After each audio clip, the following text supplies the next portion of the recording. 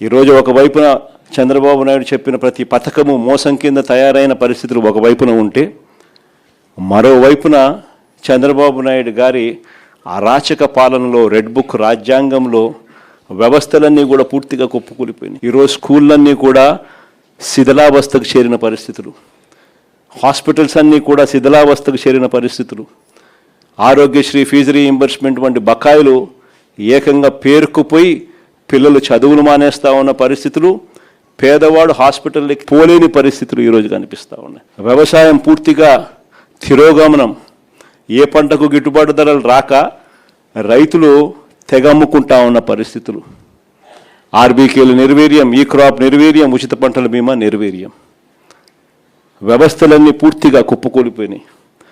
మరోవైపు మహిళా సాధికారత చూస్తే చివరికి స్కీముల కథ దేవుడెరుగు, మనం ఇస్తా ఉన్న స్కీములు రద్దు కావడం దేవుడెరుగు, వీళ్ళు ఇస్తామని చెప్పిన హామీలు మోసంగా తేలడం అన్నది దేవుడెరుగు, చివరికి మహిళలకు సున్నా వడ్డీ సైతం కూడా ఎగరగొట్టి మహిళలను రోడ్డు పాలు చేసిన పరిస్థితి ఈరోజు కనిపిస్తూ ఉంది. ఇవన్నీ ఒకవైపున కనిపిస్తూ ఉన్నాయి. మరోవైపున చూస్తే ఎవరైనా క్వశ్చన్ చేస్తే, ఎవరైనా ప్రశ్నిస్తే వినిపించేది ఏమిటి అని అంటే కేసులు, అవి అక్రమ కేసులు. ఎవరి మీదైనా కానీ అక్రమ కేసులు, ఎవరినైనా కూడా భయంతో వాళ్ళని లొంగ తీసుకునే కార్యక్రమాలు ఇవి కనిపిస్తూ ఉన్నాయి. ఇలాంటి పాలనకు మన పాలనకు మధ్య ఈరోజు ప్రతి ఇంట్లో చర్చ జరుగుతూ ఉన్న నేపథ్యంలో ఈ ఎన్నికలు జరుగుతూ ఉన్నాయి.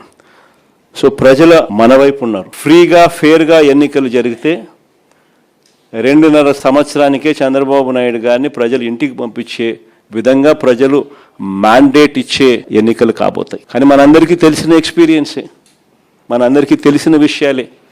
చంద్రబాబు నాయుడు ఫ్రీగా ఫేర్గా ఎన్నికలు జరగనివ్వడు అని చెప్పి, ఇవన్నీ మనందరికీ తెలిసిన విషయాలే. మొన్ననే మనం చూసినాం, ఉప ఎన్నికలు జరిగినప్పుడు ఎంపీటీసీ, ఎంపీపీలు ఎన్నికలు కానీ, మున్సిపాలిటీలు కానీ, జెడ్పీ చైర్మన్లు కానీ మన కళ్ళ ఎదుటే మనం అంతా చూసాం.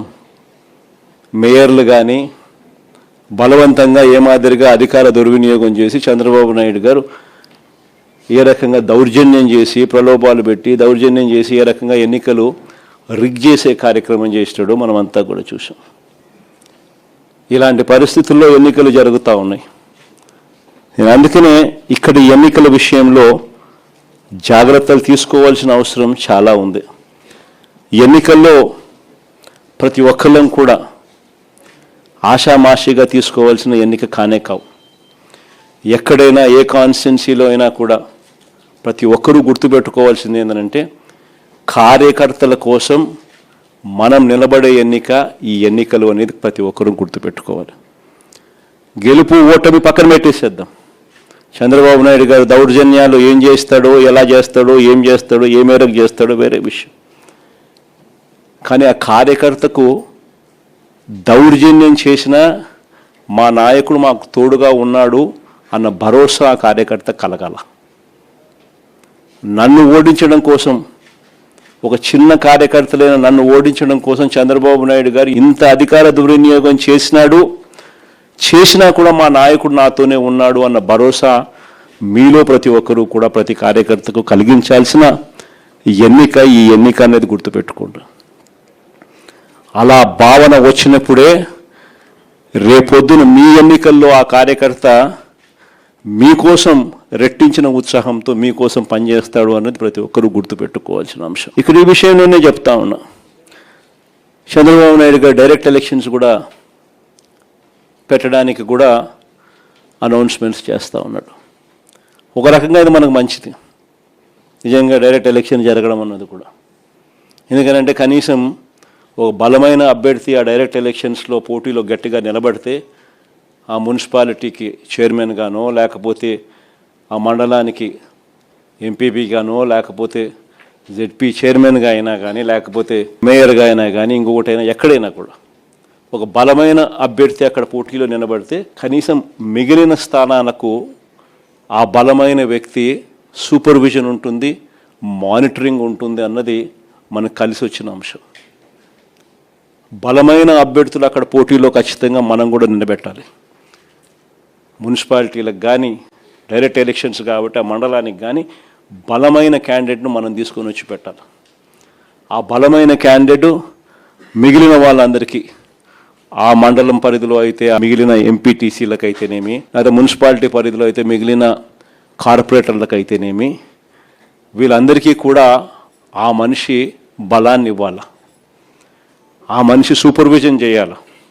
ఆ మనిషి సూపర్విజను, ఆ మనిషి బలాన్ని రెండింటినీ కూడా కార్యకర్తలకు ఇవ్వగలిగితే ఒక బలమైన క్యాండిడేట్ గెలుచుకొని వస్తాడు అనేది గుర్తుపెట్టుకోవాల్సిన అంశం. ఈ ఎన్నికల్లో మనం గెలిపించుకునేది మన కార్యకర్తలను. ఈ ఎన్నికలు జరగాల్సింది ఆ కార్యకర్తలకు భరోసా ఇచ్చే విధంగా జరగాలి. ప్రజల వాయిస్ వినిపించే విధంగా ప్రజలకు మనం తోడుగా నిలబడగలగాలి.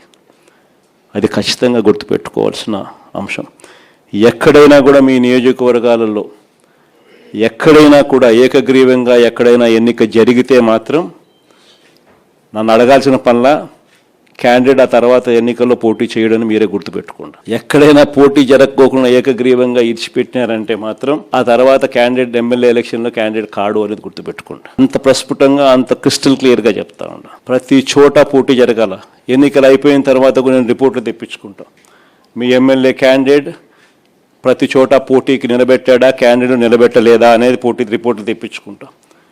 నిలబెట్టిన తర్వాత మీ ఎమ్మెల్యే క్యాండిడేట్ ఆ క్యాండిడేట్లకు ఏ విధమైన సపోర్ట్ ఇచ్చినాడు, సపోర్ట్ బాగా ఇచ్చాడా, బలంగా నిలబడ్డా మీతో పాటు, అవునా కాదా అన్న రిపోర్ట్లు కూడా తెప్పించుకుంటాం. ఖచ్చితంగా ఆ మేరకు పాజిటివిటీ మీ దగ్గర నుంచి రావాలి. ఈ ఎన్నికలు మనం మన కార్యకర్తల కోసం గట్టిగా నిలబడితేనే కార్యకర్తలు మన ఎన్నికల్లో మన కోసం గట్టిగా నిలబడతారు అన్నది ప్రతి ఎమ్మెల్యే క్యాండిడేట్ కూడా తన సిస్టంలోకి జీర్ణించుకోవాల్సిన అవసరం ఉన్న అంశం. పాలన అన్న దాని మీద మన గ్రామ కమిటీల దగ్గర నుంచి, మన అనుబంధ విభాగాల దగ్గర నుంచి ఇవన్నీ కూడా ప్రతి ఊర్లోనూ కూడా క్యాంపెయిన్కు పోవాల్సిన అంశాలు. ప్రతి ఊరిలో కూడా వీళ్ళకి మెటీరియల్ కూడా కావాలి. ప్రతి ఇంటికి వెళ్ళాలి. వెళ్ళినప్పుడు చంద్రబాబు నాయుడు గారి పాలన మన పాలనకు సంబంధించి తేడాలు ఇవన్నీ కూడా చెప్పగలగాలి. వాటికి సంబంధించిన అన్ని విషయాలు కూడా మీ ద్వారా పార్టీ క్యాడర్కు మొత్తం అందుబాటులోకి తీసుకొచ్చే కార్యక్రమం చేస్తున్నాం. మన గుర్తింపు కార్డ్స్ అన్నీ కూడా తయారైపోయాయి. దాదాపుగా 14-15 లక్షల గుర్తింపు కార్డులన్నీ కూడా మన క్యాడర్కి అంతా గ్రామ స్థాయి వరకు మనం ఏదైతే అనుబంధ విభాగాలు తీసుకుని పోయే కార్డులన్నీ కూడా తయారైపోయాయి. సో ఆ కార్డులు మనం డిస్ట్రిబ్యూట్ చేయడం కూడా ఇందులో భాగంగా కూడా మనం పెట్టుకోవచ్చు. మన ప్రోగ్రాంలలో జిల్లా స్థాయి, నియోజకవర్గ స్థాయి, మండల స్థాయి 3 స్థాయిలలో మనం మీటింగ్లు ఆర్గనైజ్ చేసి ఆ 3 స్థాయిలలో మనం కార్డ్స్ డిస్ట్రిబ్యూషన్ మన కార్యకర్తలకు ఇవ్వడమే కాకుండా ఈ కంటెంట్ కూడా జిల్లా స్థాయి, నియోజకవర్గ స్థాయి, ఆయా మండల స్థాయి, ఆయా మీటింగ్లలో ఒకవైపున కార్డులు మన క్యాడర్కు డిస్ట్రిబ్యూట్ చేయడం, రెండోది మెటీరియల్ కూడా ఆ క్యాడర్కు మనం డిస్ట్రిబ్యూట్ చేయడం, ఇవన్నీ కూడా కంప్లీట్ చేసుకోవచ్చు.